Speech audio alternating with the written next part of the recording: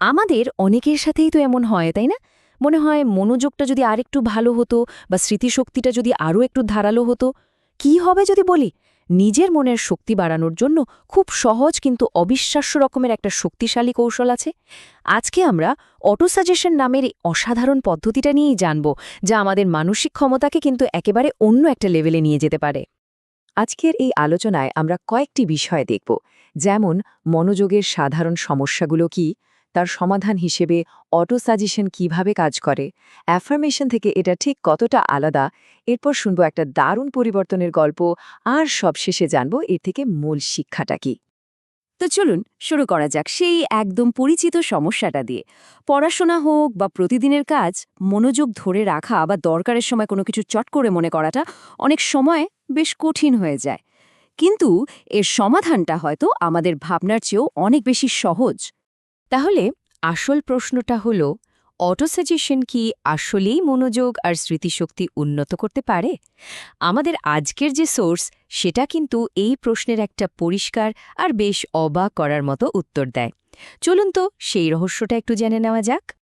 আর সেই উত্তরটা আর কিছুই না, অটোসাজেশন। এটা মানসিক ক্ষমতা বাড়ানোর একটা দারুণ কৌশল। আর সবচেয়ে মজার ব্যাপার হলো, এর জন্য কোনো জটিল প্রক্রিয়ার দরকারই নেই, শুধু কিছু শব্দ বারবার আওড়ানোই যথেষ্ট। আসুন দেখি এটা ঠিক কিভাবে কাজ করে। যেমন ধরুন, স্মৃতিশক্তি বাড়ানোর জন্য এই কথাগুলো ব্যবহার করা যেতে পারে।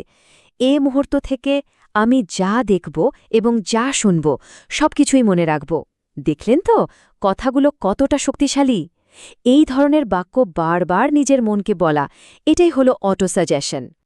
আচ্ছা, এখন একটা খুব জরুরি বিষয় নিয়ে কথা বলি, যা নিয়ে অনেকেই কিন্তু গুলিয়ে ফেলেন। অটোসাজেশন আর অ্যাফার্মেশন বা প্রত্যয়ন কি একই জিনিস?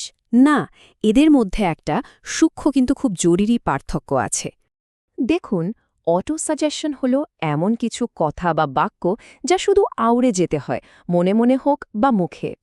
এর সবচেয়ে গুরুত্বপূর্ণ দিক হল, এই কথাগুলোতে বিশ্বাস করার কোনো দরকারই নেই। শুধু বারবার বলার ফলেই কথাগুলো আমাদের সচেতন মনকে পাশ কাটিয়ে সরাসরি অবচেতন মনে প্রভাব ফেলে। কিন্তু অন্যদিকে অ্যাফার্মেশন বা প্রত্যয়ন হল যখন কোনো কথা গভীর বিশ্বাসের সাথে বলা হয়। এখানে শুধু শব্দই যথেষ্ট নয়, এর সাথে নিজের গভীর বিশ্বাসটাও জড়িয়ে থাকতে হবে। ব্যাপারটা একটা উদাহরণ দিয়ে বললে একদম পরিষ্কার হয়ে যাবে। ধরুন, কেউ নিজেকে সাহসী মনে করে না, কিন্তু বারবার বলছে আমি সাহসী। এটা হলো অটোসাজেশন। কিন্তু যখন সে মন থেকে বিশ্বাস করে বলে আমি সাহসী, তখন সেটা হয়ে যায় অ্যাফার্মেশন। তাহলে মূল পার্থক্যটা দাঁড়ালো শুধু বিশ্বাসে। অনেক তো তত্ত্ব কথা হলো, তাই না? এবার একটা সত্যি ঘটনা শোনা যাক, যা এই কৌশলের অবিশ্বাস্য ক্ষমতাটা চোখে আঙুল দিয়ে দেখিয়ে দেবে।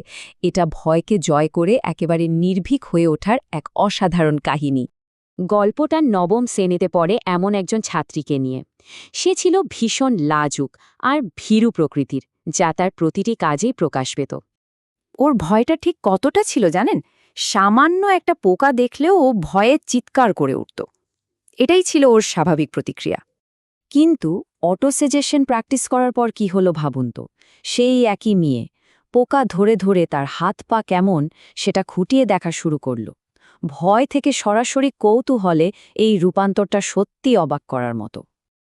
ওর এই অদ্ভুত পরিবর্তন দেখে ওকে তো মজা করে জিজ্ঞেসই করতে হলো যে, তুমি কি বড় হয়ে প্রাণীবিজ্ঞানী হতে চাও নাকি?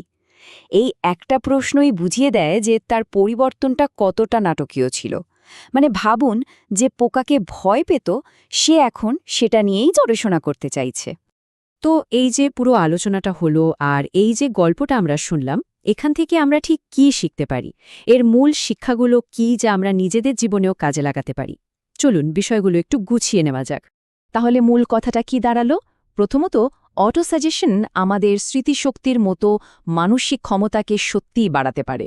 আর সবচেয়ে অবাক করার বিষয় হলো, এর জন্য বিশ্বাসের কোনো প্রয়োজনই নেই, শুধু নিয়মিত পুনরাবৃত্তিই যথেষ্ট।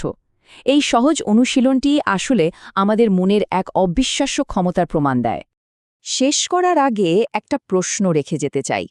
যদি বিশ্বাস ছাড়াই শুধু কিছু শব্দ বারবার আওড়ানোর মাধ্যমে এত বড় একটা পরিবর্তন আনা সম্ভব হয়, তাহলে একবার ভাবুন তো, আমাদের মনের আসল সম্ভাবনা, আসল পোটেনশিয়ালটা ঠিক কতখানি।